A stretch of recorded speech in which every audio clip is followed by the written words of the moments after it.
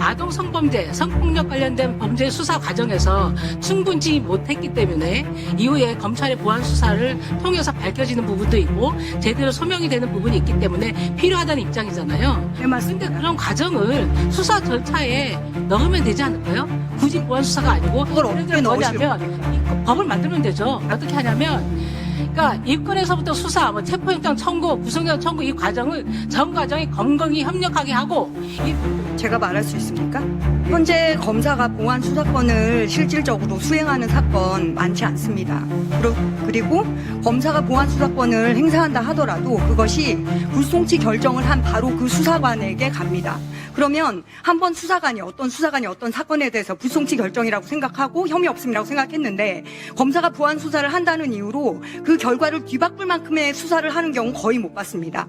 21년부터 25년까지 제가 경험한 검사의 보안 수사로 결과가 바뀐 사건 딱 한 사건 있었습니다. 보안 수사권이 없는 상황에서 어떻게 되겠습니까? 보안 수사권은 존재하는 것은 공소 유지, 특히 형사재판에서 무죄를 가해 사실이 명확한데 무죄를 받지 못하게 하기 위한 장치입니다. 검찰이 권력을 가지느냐 안 가지느냐 저는 상관도 없습니다. 다만 어떠한 범죄 피해자가 한 검사의 보안 수사권으로 구제받을 마지막 기회가 주어진다면 그것을 뺏을 수 있을 수 있는지를 묻고 싶은 것이고요. 경찰이 만약에 그 역할을 한다면 지금까지 21년 이후에 경찰에게 그럼 어떠한 지원을 해주셨습니까?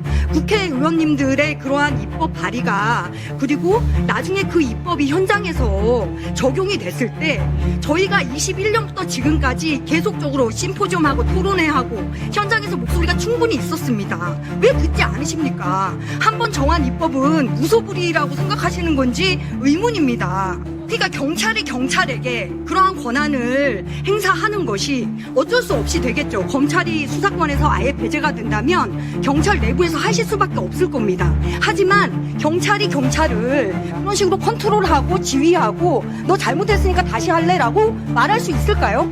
그것이 시스템적으로 얼마나 적절하고 가능하다고 생각하시는 건지 묻고 싶습니다.